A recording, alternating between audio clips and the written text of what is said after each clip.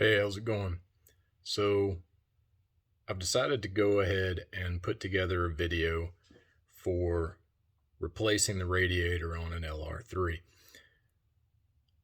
I've needed to replace mine for a little bit now, and after pricing it, it's just something I need to do for myself. And I'm not a mechanic, and I'm assuming if you're here looking for advice on how to replace a radiator, you're probably also not a mechanic. But I am one to fix my vehicle myself most of the time. I've got an '07 LR3 we're going to be working on here.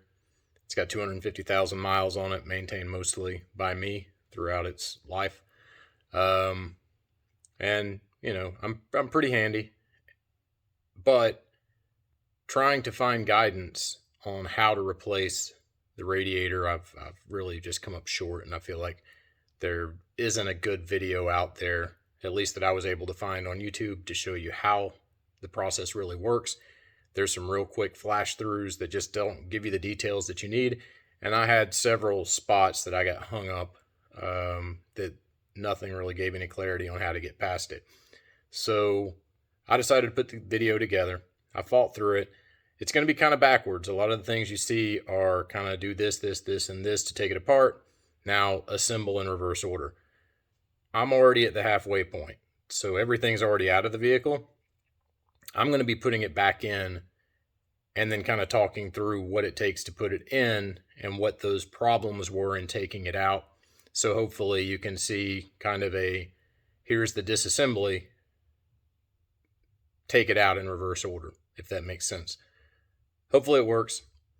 Sorry if the production value is not great. I'm not a YouTuber, never done an instructional video before. Just decided I would take this on. Hopefully it helps somebody out there. Hopefully you like it if you are looking for the assistance. And, I figure if I can offer some help to fellow Land Rover owners out there, let's do it. All right, so the first really tough spot that hung me up, you have to separate, or you're supposed to separate the AC condenser from the radiator. I've got the factory shop manual, thought everything had been removed. Turns out there are two screws that, whether I just missed them or they're not mentioned or whatever, they had me held up for a long time. I'd taken all the screws out. I thought there were two more screws that were still kind of holding everything together, keeping me from truly separating the AC condenser from the radiator. So fought with that for a couple of hours, just trying to figure out what was still hung up. It turned out some leaking transmission fluid had kind of covered up where one of those is at. So for that, looking from the AC condenser, coming in from the front, you're going to have one of those screws over here. I'm going to have to flip us upside down here for a second. You're looking at that little tab screwed into that from the far side of the radiator. It's easy to see right now. It's going to be super hard to see when the radiator's in. But we're going to try to find it again and show that to you. And then on this side, this is really where I was struggling. Again, I'm looking at the AC condenser from what should be the front of the vehicle. And right over here, this was totally covered up with gunk from those leaking transmission lines. And finally found it. That's the one that was so covered up I couldn't even see the screw. Once I got it out, finally could separate the two. But we'll come back to those once I got the radiator set in place. Also, I had to remove the airbox over here. That nothing really indicates removing the airbox. I simply didn't have enough room, and just couldn't clear things without taking it off. I also had to remove the battery cable here. There's a brace or support that sits on these two studs there. I'll show those to you as we put it back together. But I had to move that also because that bracket was just in the way. It couldn't come out. At least I couldn't make it come out. So that's two big things that I removed that supposedly you don't have to remove. All right, so now we're going to try to demonstrate how to get the radiator back in. You should see some of the struggle that I had in getting it out in the first place. How tight a fit this thing is and kind of how I had to make it work in an effort to save the condenser. I am going to put a piece of cardboard in here. I don't know if that's going to work out or not, but I'm going to try to use that to reduce the chance of damaging the condenser or the radiator here. And then we're going to try to put it in. Let's see what happens.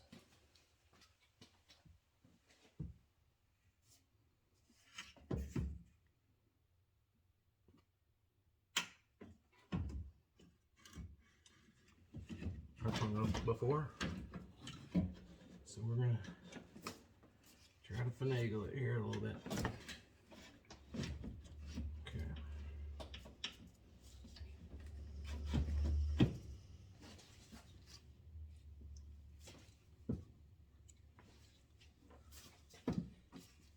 Alright, so now I've come up on the driver's side above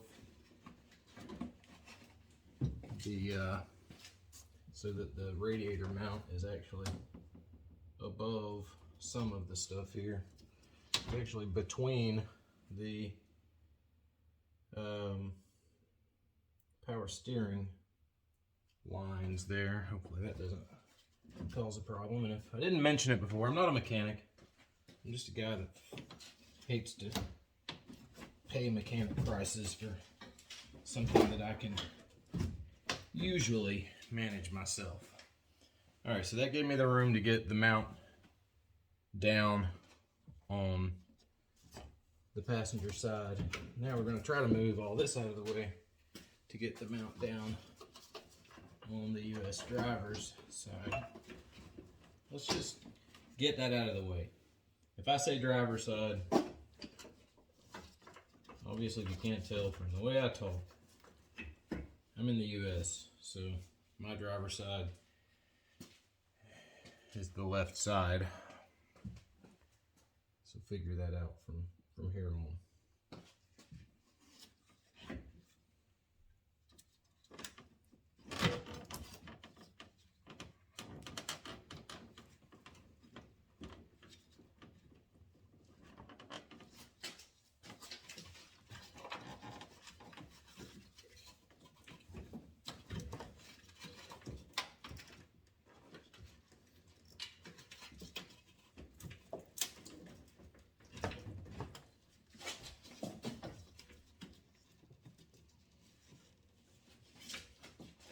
Alright, so it's hung up on a wiring harness now over here. That again, shit just don't fit. I think I hit that last time. Oh yeah, I did. That was bent in the way this whole time for sure. So, trying to flex it out of the way enough. There we go. So I got that harness out. Alright, so now I've got the passenger side down on the frame, and I think we're making some progress here. Now I can slide back, get this stuff up. All right.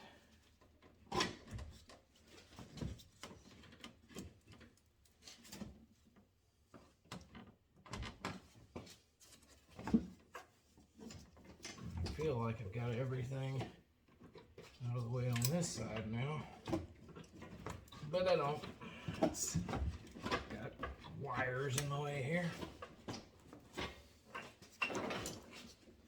And probably not a good idea to damage that wiring harness. Alright, so that's done. Okay. I think we're down in the position. Sort of. Making progress. Alright. So, I'm going to take the cardboard out. And I'm going to try to get this up in position on the mounts. I believe is going to be our next move. And then the process have to move the AC condenser out of the way, hopefully without damaging the new radiator.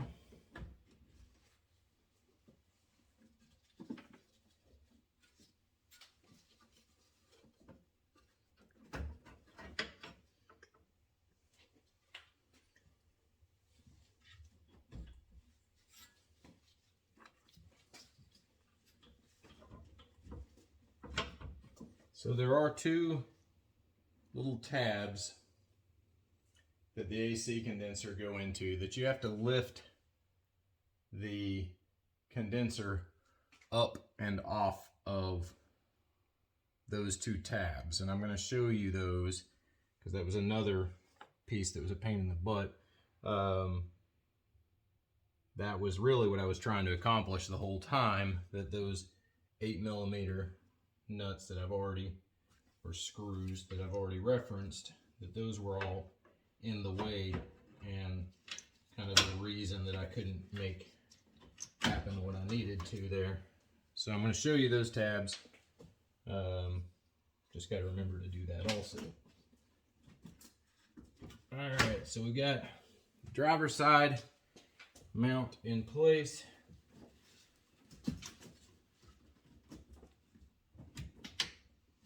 Got some conflict over here on the driver's side. Something not quite out of its way here. And I feel like it may actually be the condenser here. Yep. So you gotta get the condenser picked up enough. There it goes. So I'm now on the driver's side mount as well. So we're in, and then I'm going to pick up on the condenser, move it towards the radiator, and then just try to get it to sit down. And then it did lay into place, so it is now attached to the radiator, which is progress. And it's not quite where it should be. I'm going to try to slide and center it up. There it goes. All right, so we're in good spot. I can see now there's going to be two screws up right at the front. These are pretty easy to find, that are attached to the AC condenser. I'm going to try to show those to you here. Okay. So now we're at the front of the vehicle, and you have a mount coming off the condenser. Right there is what I was looking to line up. So that's going to end up having an 8mm screw in it. That's a pain in the butt to get to. I'll show you that later. And then of course there's another one that's going to line up and go right there. Not terribly difficult. I guess this is I don't know, like I say, I'm not a mechanic. I think this is like a power steering fluid cooler right here. It does go into this little bracket that's attached to the radiator. You probably already will have seen that. If you're fighting this fight, you've probably made it that far. But that's kind of where that was at. Just set into it. So we're relatively stable here and making progress. On the inside, if I can get these, and I don't know how I'm going to do this in a way that doesn't make you throw up out there, but this wiring harness here, the coolant lines, all this stuff in here, I just kind of had to work my way around and grab and pry and pull, just kind of getting it all out of the way as I went. This side wasn't too bad, but down here it was actually hitting the frame right there, and it hangs up on this pretty badly. That's where I had to take that off to get all that set up. So next, I'm going to put the air box back on. No, I'm not. No, I'm not. That'd be a bad idea. So I'm going to go ahead and come to these screws that had me stuck. So again, trying to give you a point of reference, I'm at the front of the vehicle, right at the radiator mount. I'm going to come down and around, so you're kind of upside down now. And right here, right there, if you can see this, I believe that's where that little 8mm that was hiding resides. I actually saw the tip of this other screw that's coming through. That's kind of what cued me in that there might be something there, and that's where that screw was hanging out. I think we're going to put those in next. That will attach it to the condenser. Alright, so we're going to get these in. I've got a pretty short extension, I don't know, maybe a 2-inch extension or so, that I found to be kind of the right thing to get this done. So right where I showed you, hopefully that engages here. Yep, so that's set up.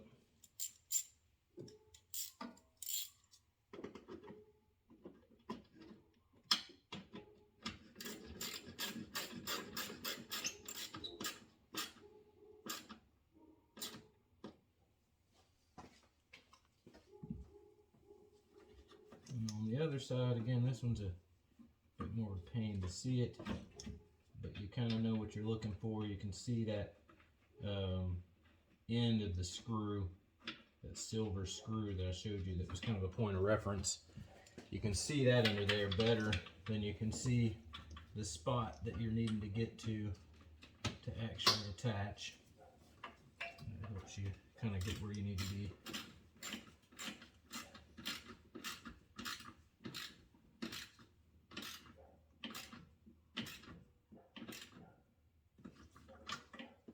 Okay.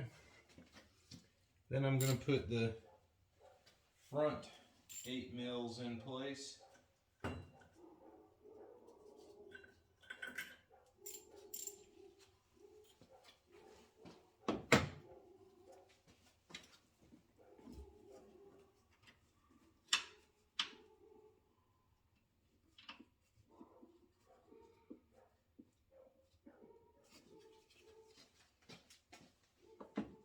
And this one was a real pain in the butt to even get to, let alone remove.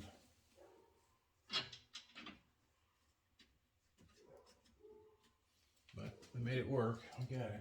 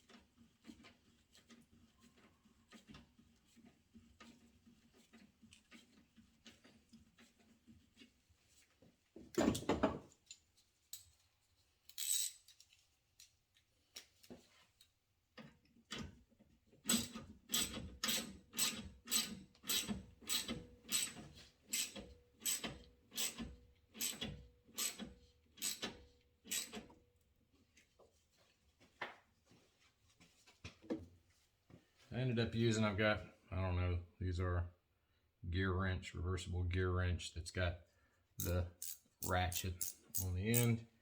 I think that's what I ended up using to get this thing out. It's really not very accessible by anything. There's no room in front of it here.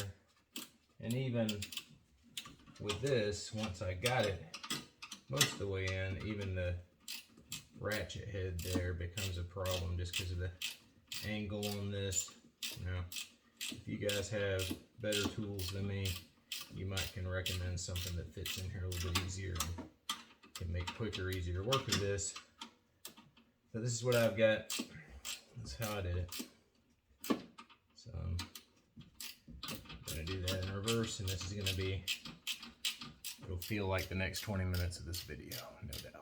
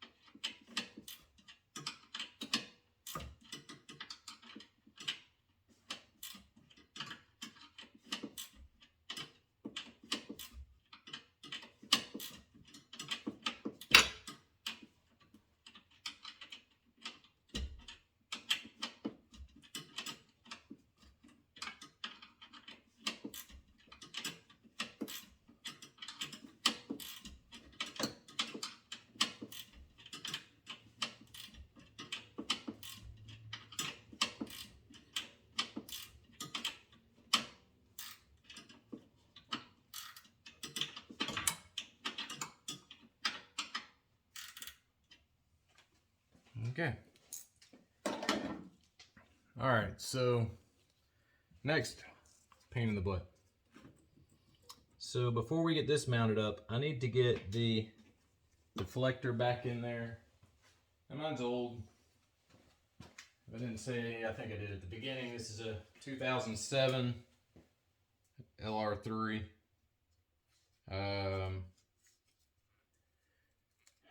250-ish thousand miles on it. So it's got some wear, it's got some age, and I say that because the deflector here had totally, there's like some foam that had hardened, but this thing was just kind of hanging out in there. These tabs were breaking that engaged the radiator here. Hopefully I've got enough tab that I can still kind of get it to stay in place. But I just had to kind of force the issue to get this out, really kind of prying at the radiator to make the room that I needed. It's probably not the right way, but it's the way I did it. Same thing here. So there's these 3 tabs, and removing that kind of helped me get in a spot where I could move the AC condenser to get it kind of where I needed it to be. And then I'm going to try to re-engage these for what it's worth to get this thing sitting in place. Now, I don't really know what the purpose of this is. If it's supposed to help keep stuff, debris out of the radiator, it didn't do a very good job if that's the case. Looks like I'm going to have enough tab left to at least be able to get it in here in position. So that's good news. All right. So that goes here. All right, good. We got that in position.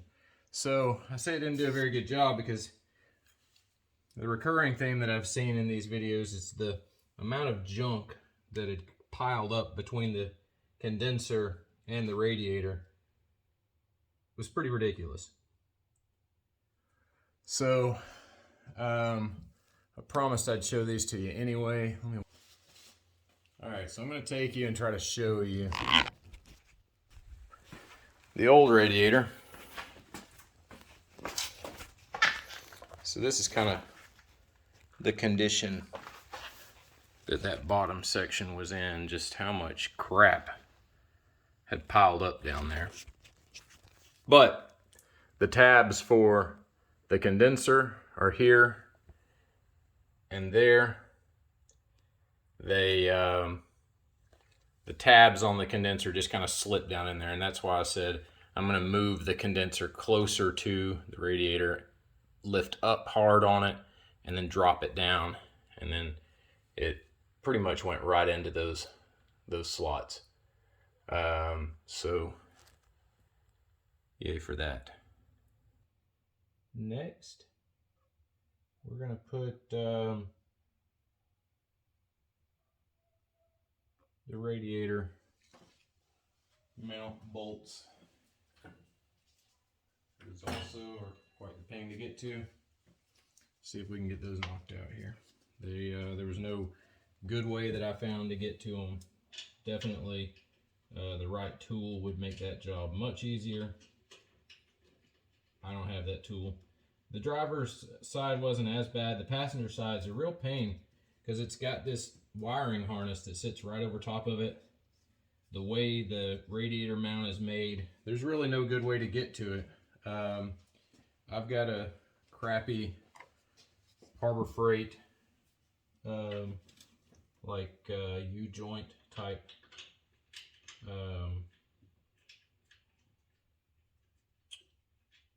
socket extension, I guess you'd call it.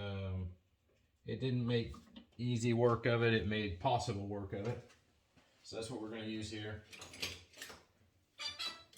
And I believe, if memory serves, this is a 13 mil. So like I say, I've just got the cheapo Harbor Freight extension U-joint there, and a pretty long extension to try to get down here.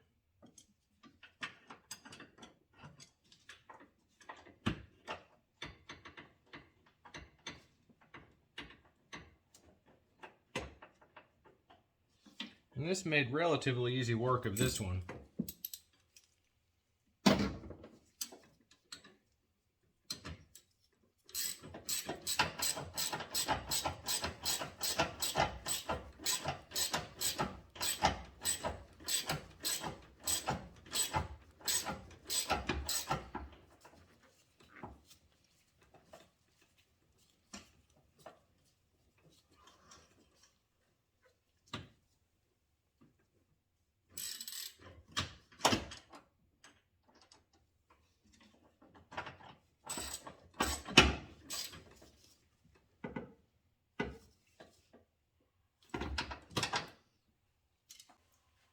So I believe what I ended up using was just another one of those open ratchet wrenches. In this case, the 13.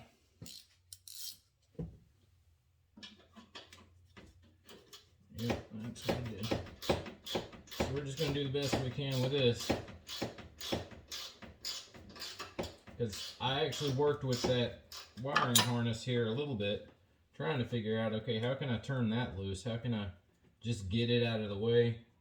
And it looked like I was going to end up damaging it and probably not be able to re-secure it, maybe zip tie it or something. It looks like it's already zip tied, but I decided to try to do it without messing with that, and for the most part was successful in that.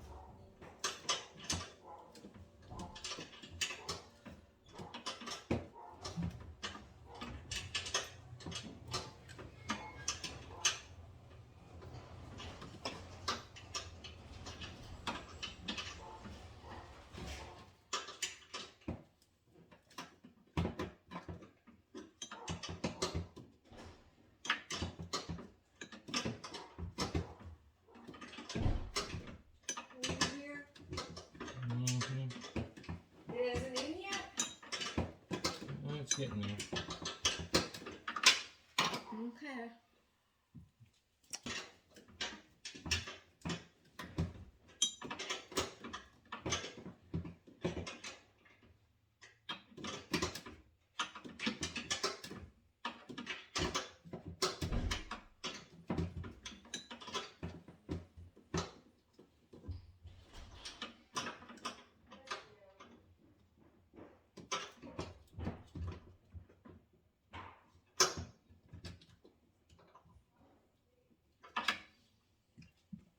So we got that in. All right. So now I'm going to bring this back up, the battery mount. Get it back into position. So that, I assume that's just a ground. I'm pretty sure that's a ground. We're going to throw that back on a 10mm socket. Makes quick work of that.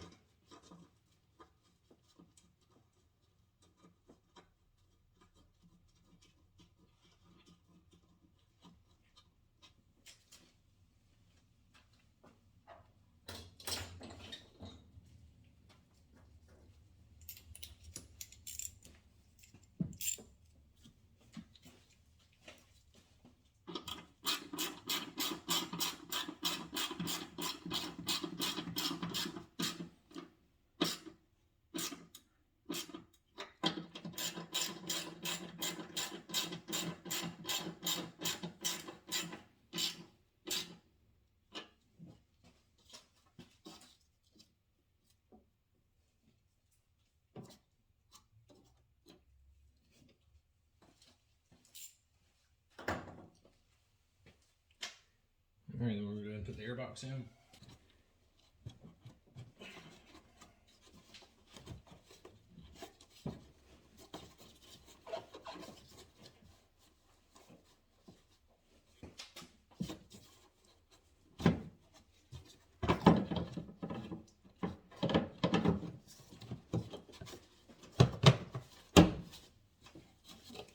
So this airbox is actually kind of a press fit.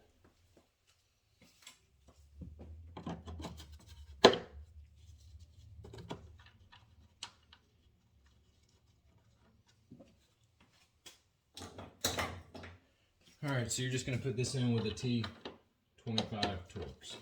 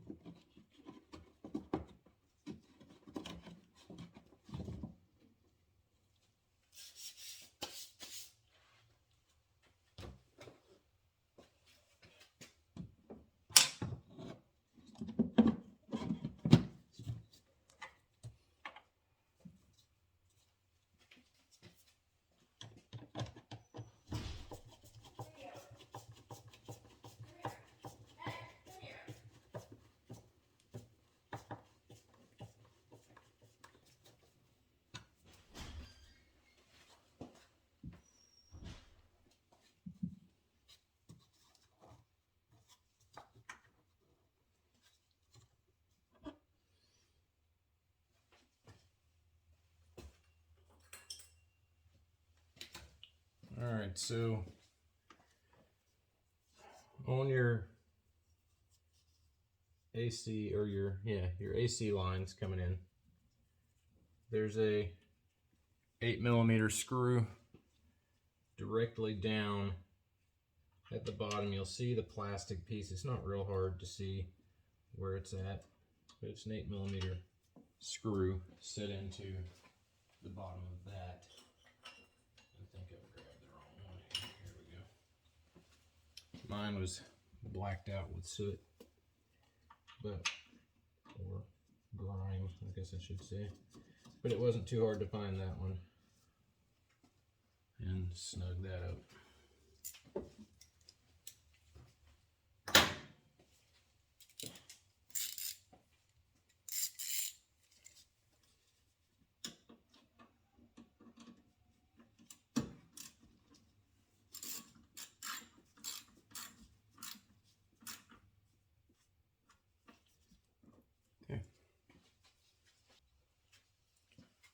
So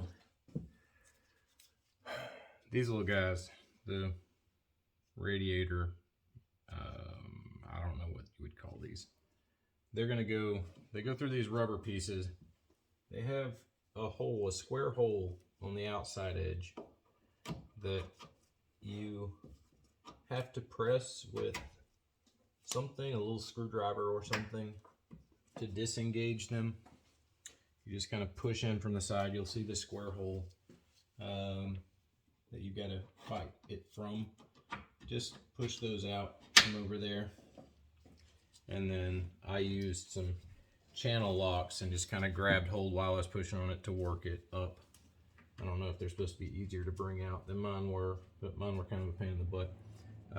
They're little bitty arrows that are pointing towards those tabs, if that kind of helps you see where you need to be looking. All right, so I think we're going to move to the expansion tank, try to get that put back in. This is another item that didn't seem to be a necessary removal, at least according to the factory manual and some of the videos. They seem to be able to work around it even though it was in place, and maybe you can. Mine had the typical low coolant warning that's caused by the float in here saturating and sinking. So I decided I'm better off to just replace the thing at this time anyway, and get rid of that issue. Just get rid of the warning light finally, once and for all, so to speak. I'm going to put a link to one of these in the description if that's something you choose to replace at the time. If you got a constant low coolant warning, that's what's going on. The only way to fix that is to replace the bottle, because it's not the sensor. Don't bother with replacing the sensor. There's nothing wrong with it. It's actually the float in there, saturated and sinking. And as far as I know, there's nothing you can do about that. I've never found a fix for it. So, like I say, we'll put a link in the bottom for that if you choose to buy it there.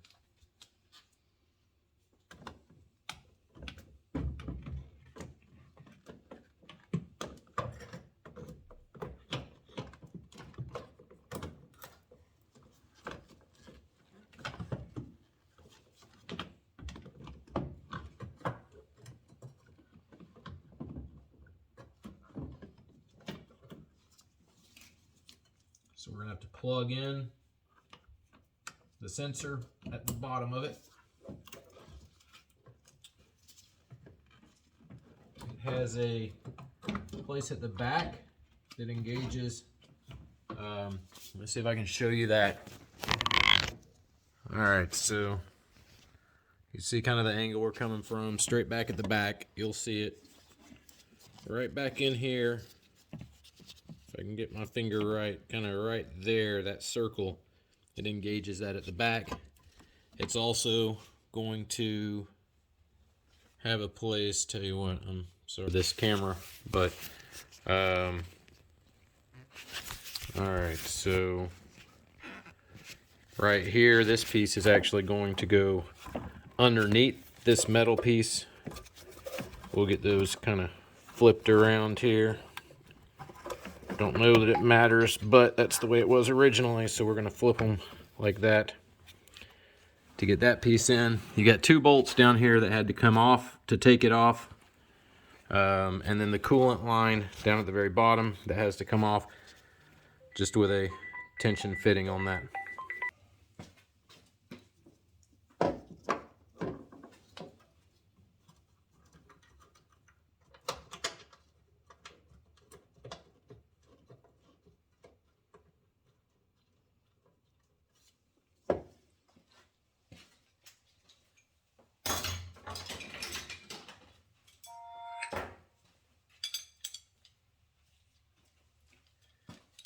And just for ease of reach, I think I'm going to use a long extension on this also.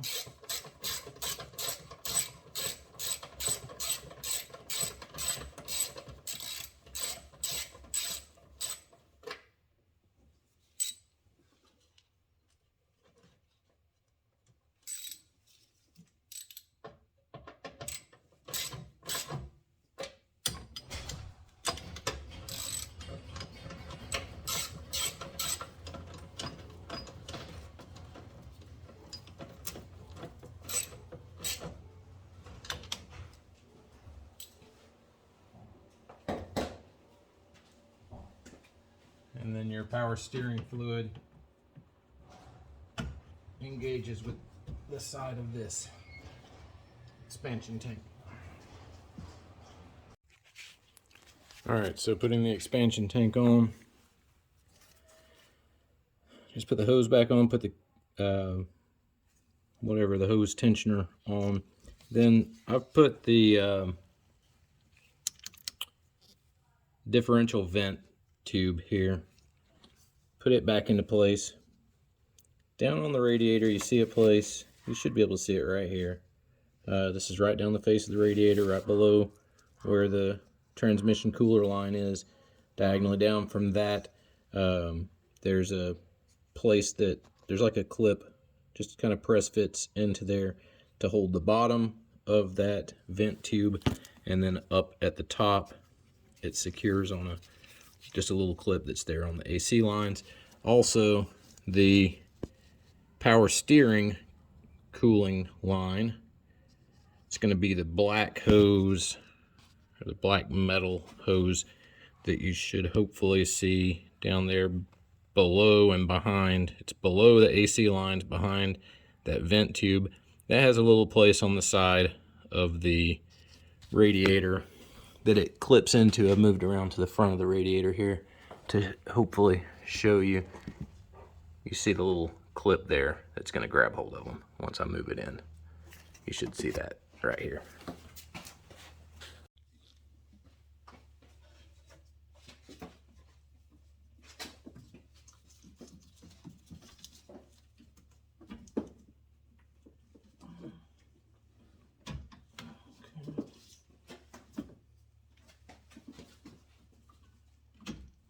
All right, and that's got those in. It just kind of pulls over into place to now secure the power steering cooling lines there.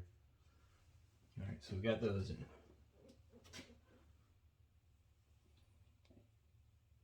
All right, so now I'm going to go to a piece that was one of the bigger pain in the butt of this project. Next, we're going to try to work with getting this piece back in. It's a real pain to get out. I'll demonstrate why. So it's going to be sitting in behind this chunk here. It's going to attach, I believe it was attached here and here. It'll be pretty easy to see once they're in there. And the piece is going to sit in there kind of like that to work as a shield. Those two holes there, or wrap around pieces, will go around the power steering coolant lines. So that's kind of how it'll sit in there. I don't have any way to mount my camera. Like I say, I don't normally do these type of videos, so I don't have a lot of the stuff I might need to do a little better quality for you here, but I'm going to do the best I can and just put you back up here while I work on this piece.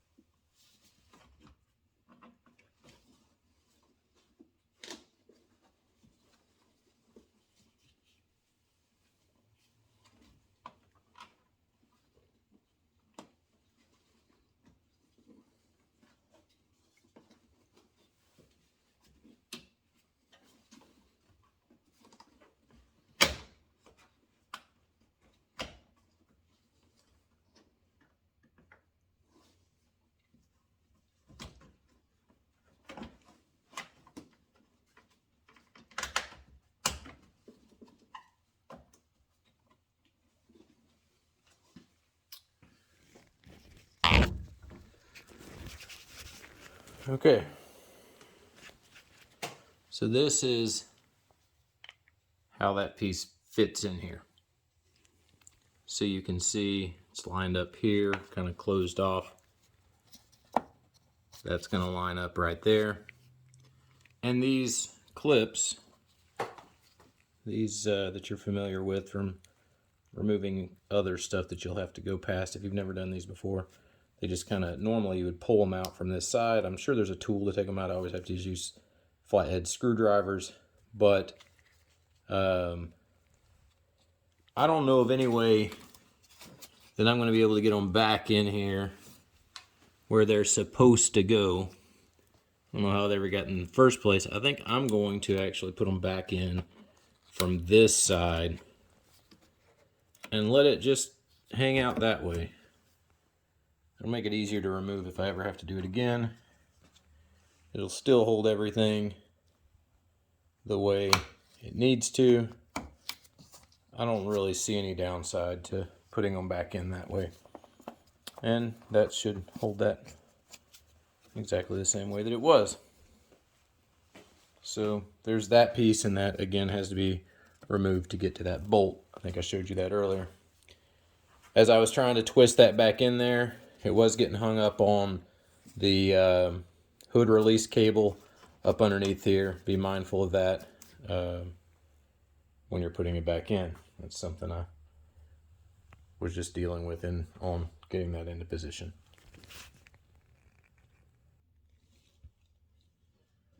All right. So I'm going to come back over to the expansion tank. I don't think I mentioned the windshield washer fluid piece kind of snaps into that. So you'll have to take that out. It's kind of common sense, but I'll mention it because I'm trying my best to be thorough in what we're doing here and make sure that I've done what I intend to do here to kind of show you all of the catch points and everything that you may run into and struggle with.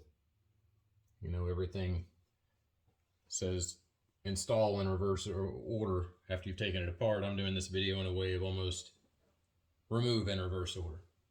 Hopefully it works. So we're going to do the transmission lines now.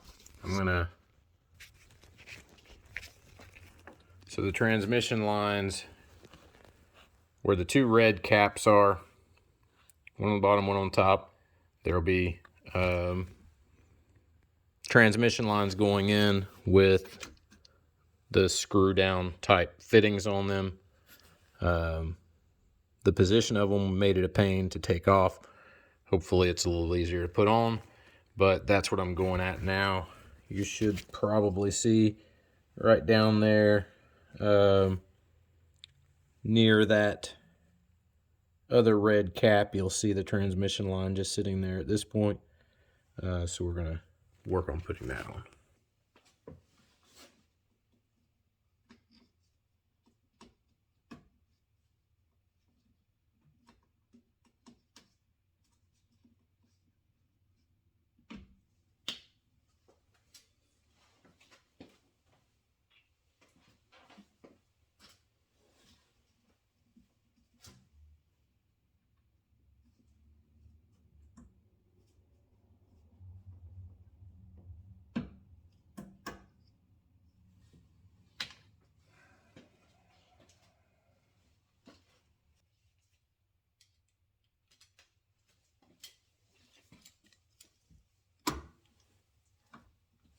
So I'm using a long extension and a 7mm socket to take this, well, to put it on.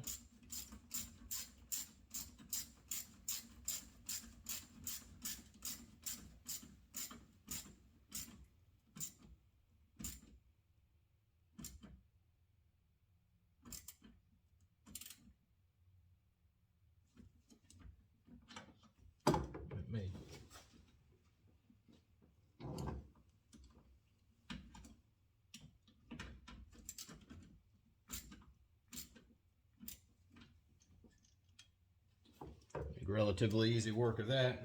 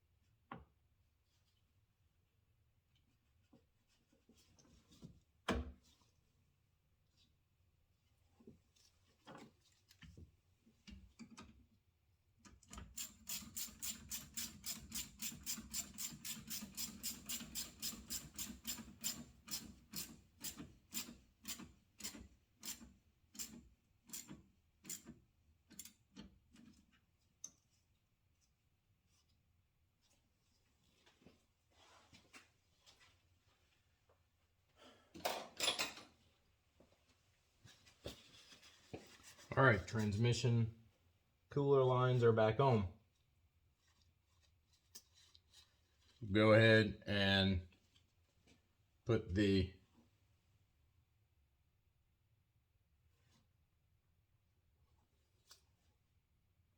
let's do the bottom radiator hose now. So this is actually one of the very early pulls, because it's how you're going to drain, how I drained the radiator. There actually is a drain on the other corner that maybe could be utilized if you're going to try to salvage the coolant.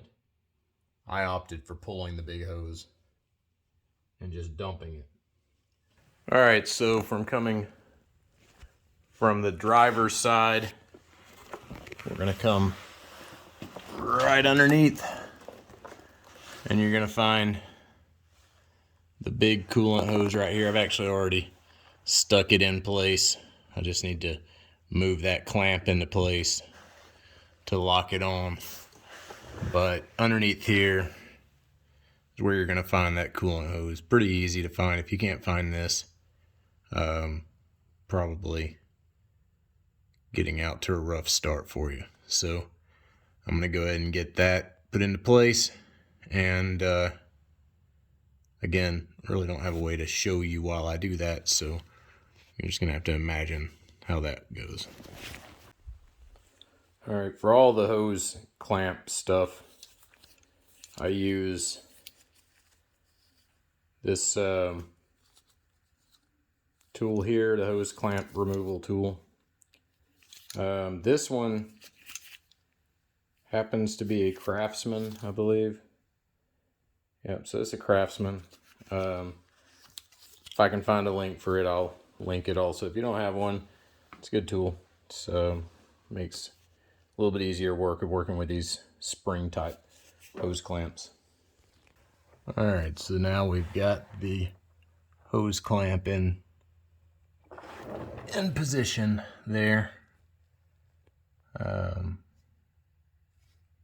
Pretty easy job there. All right, next we're going to be putting the lower shield here, and it should just snap into place if everything does what I'm expecting it to here.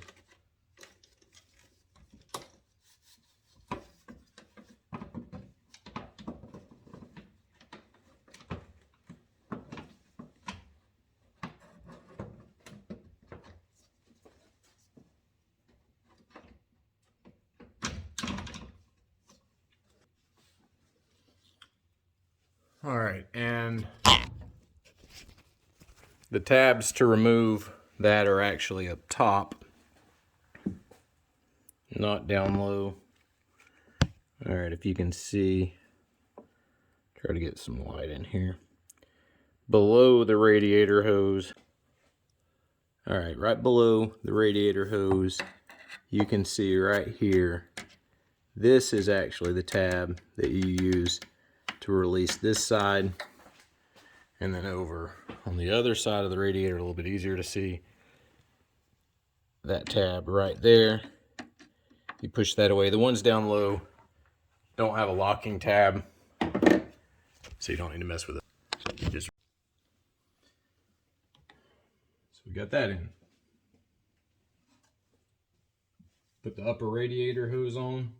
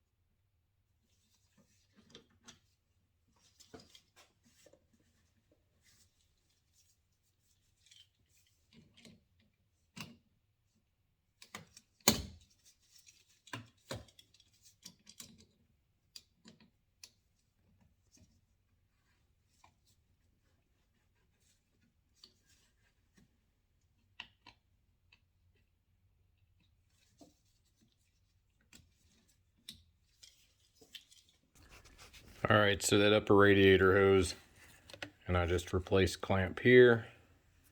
And I had released this clamp to be able to turn it up and out of the way. All right, so we're gonna get the coolant line put back on the expansion tank. So that did have to be removed, and I kind of rolled it back. This I'll show you over to the other side, but once I got all that off, it could kind of be rolled back to just get out of the way.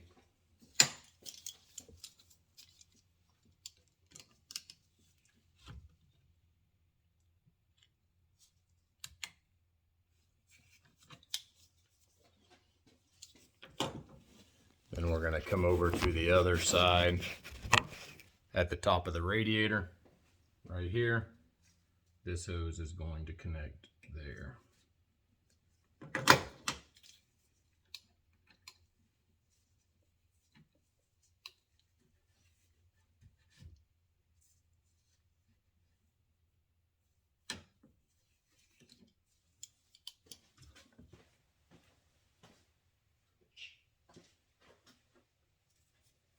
So now we're going to look at the fan and fan clutch removal. So there's a lot of different videos on there or out there that are showing different ways to remove this, and different ideas, different opinions, whatever, on how to do it. I'm going to show you the tool that I picked up that made life so much easier. All right, so removing the fan clutch. I've had to do that several times for the sake of replacing belts. It's been a pain in the butt every time. I've tried different things, different methods that have been shown. Even, you can see here, damage. See if I can find the right one here. Okay, right here. You can actually see damage from where some recommend using an air hammer to remove it. It works. Not gonna say it doesn't, but it does do some amount of damage there, and I don't know over time what that's gonna do. So I'm gonna put a link in the description of the tools that I finally broke down and bought. They're not terribly expensive, 40 bucks or something. I'm gonna show those, how they work. It is reverse threaded, so that's gonna mean to take it off, you're going to turn clockwise as from your position standing in front of the vehicle, right? So from the vehicle, to take it off, you would turn clockwise, which typically would be tightening. It is reverse threaded, so know that, and I'll try to demonstrate that with the tools, which of course I'm going to be tightening it to put it on, so it'll be opposite for taking it off, but we can all figure that.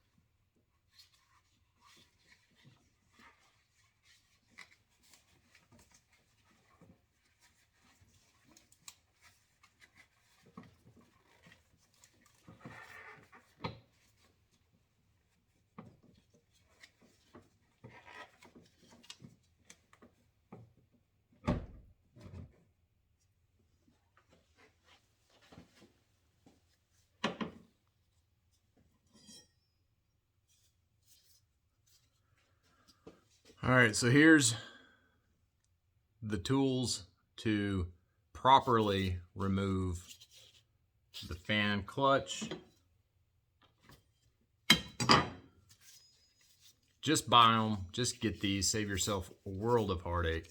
So you're just gonna put one of the nuts of the pulley in that spot. These other two nuts will sit below it here. It'll help you hold everything. These are long enough, they've got good leverage. It turned what is always an exercise in frustration into a relatively simple job. All right, be careful not to cross thread. It should be fairly easy to spin this thing on if you have it on correctly.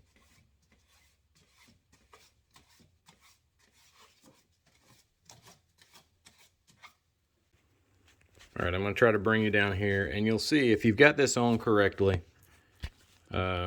should be able to see that it turns on. So you see right now it's turning counterclockwise, and that is tightening it. You'll be doing the opposite in removal. If I didn't make that clear enough, reverse threaded, turn clockwise to remove, counterclockwise to spin it on, as we just did. So you can see one of the bolts right here is in a good spot. This tool will sit right down on that bolt that engages that center hole. So now that's locked up, right? And hopefully that was clear enough. And then we're just going to snug this up. So opposite of the way we put it on. Everything can spin freely.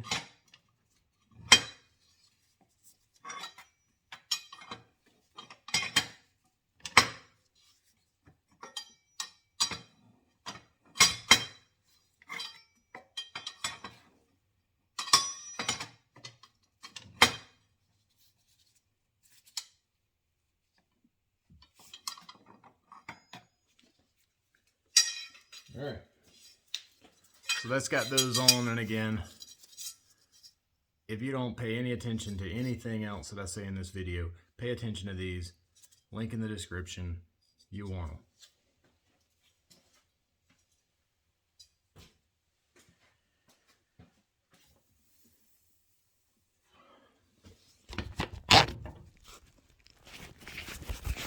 All right, so the fan clutch has this electrical connector that sits right inside the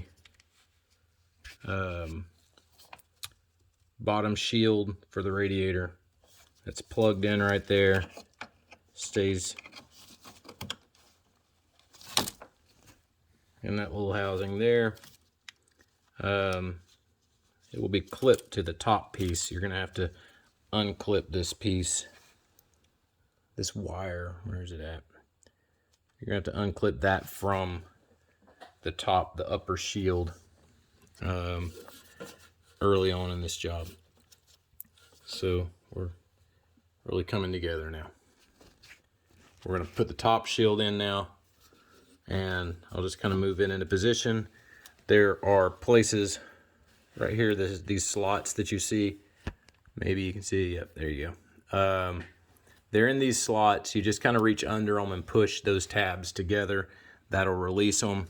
Same thing over here on this side. There's one tab that you'll hit and push in to get that released. That's all you do to get that upper shield off.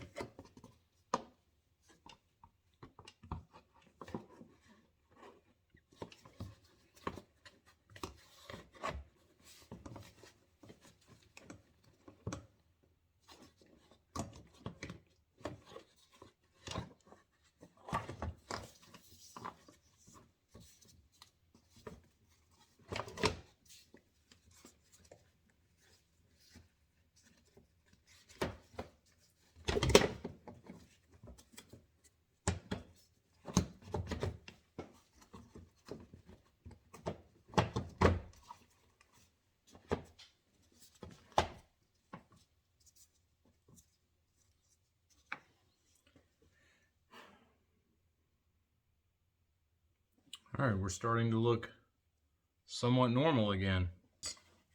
I'm going to put that back on. I might not have done it the right way because I kind of just finagled it out. I didn't think I was going to have to take the air box off at the time, but this works.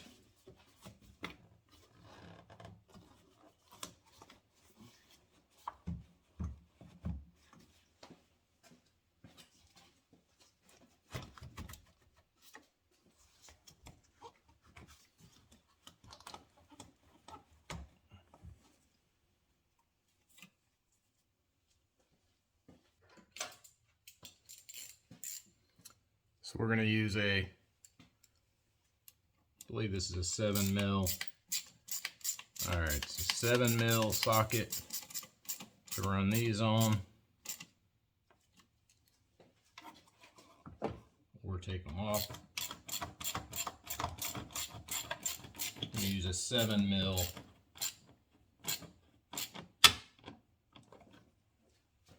on all those clamps. They're tight. This piece. All right, this vacuum hose here has press fittings on both sides to remove. You just kind of press on both sides of it and then pull it off. Pretty straightforward, right off of that piece there. Get that back in. Plug here right on top. Just has a push button and pull.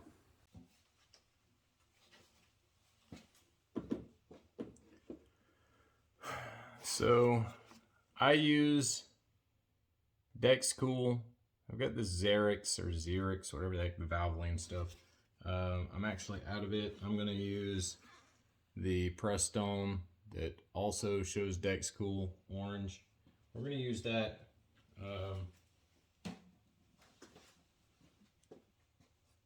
I've used it for years, haven't had any problems. Well, my heater core is clogged, so maybe I have had problems, but it's what I use. And whether that's been part of the problem or not, I don't know. The Xerix is actually what Land Rover gave me recently when I was needing some coolant. So I assume that's what they're using at the shop. But they're both Dexcool. This is what I use.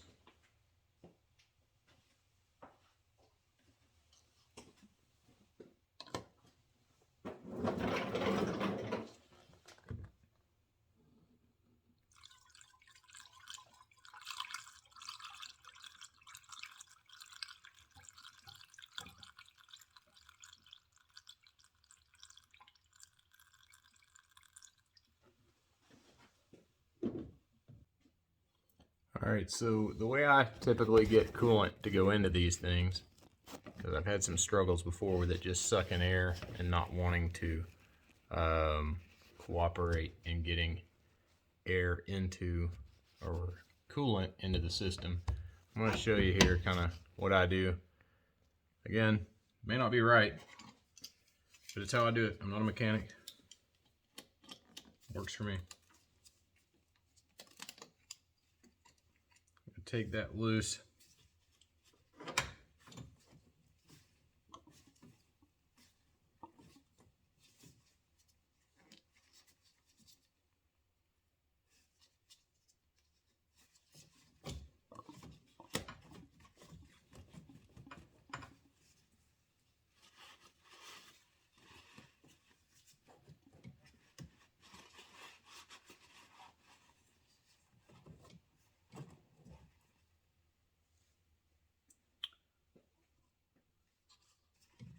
I'm just going to kind of put coolant in it this way.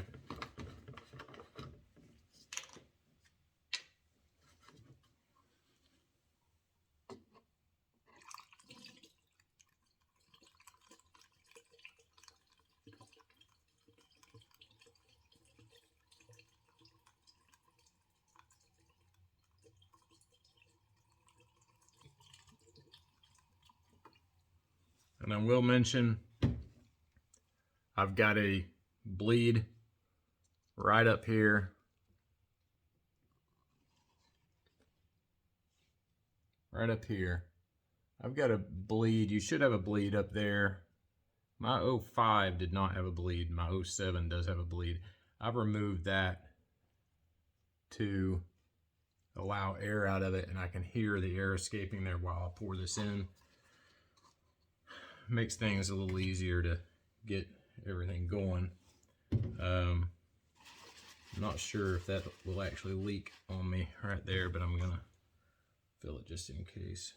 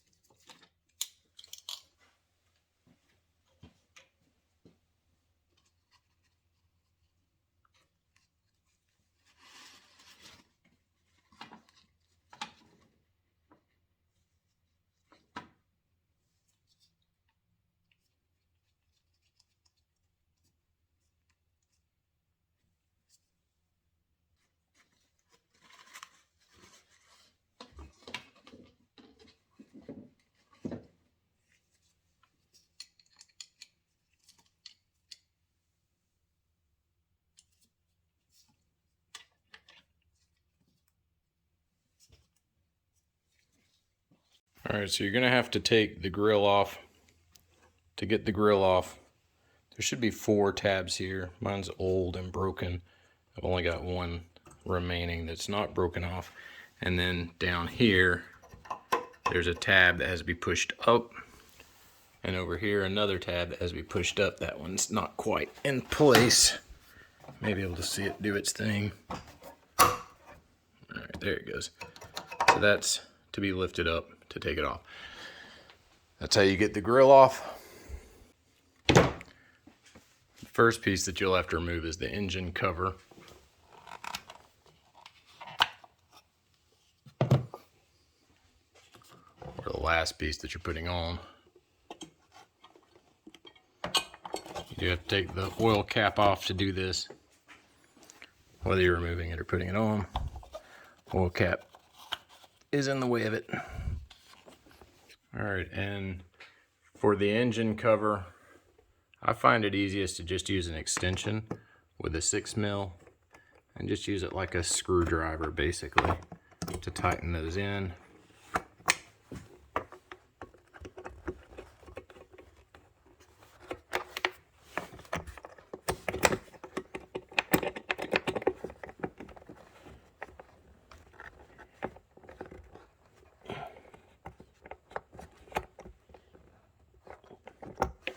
You just kind of feel when they pop into place. Alright, so there you have it. There's my first YouTube video, instructional video. Hopefully you liked it, hopefully it's helpful. I'll put a link in the description for the tools and the parts that I used. I didn't bother going over the bleed process because all of you probably have already seen it, done it at some point. If you're wrenching on your Rovers, you probably are already familiar with that process. If not, there's 1,000 videos out there on how to do it. So let me know what you think in the comments. Hopefully I helped somebody out. Y'all take care.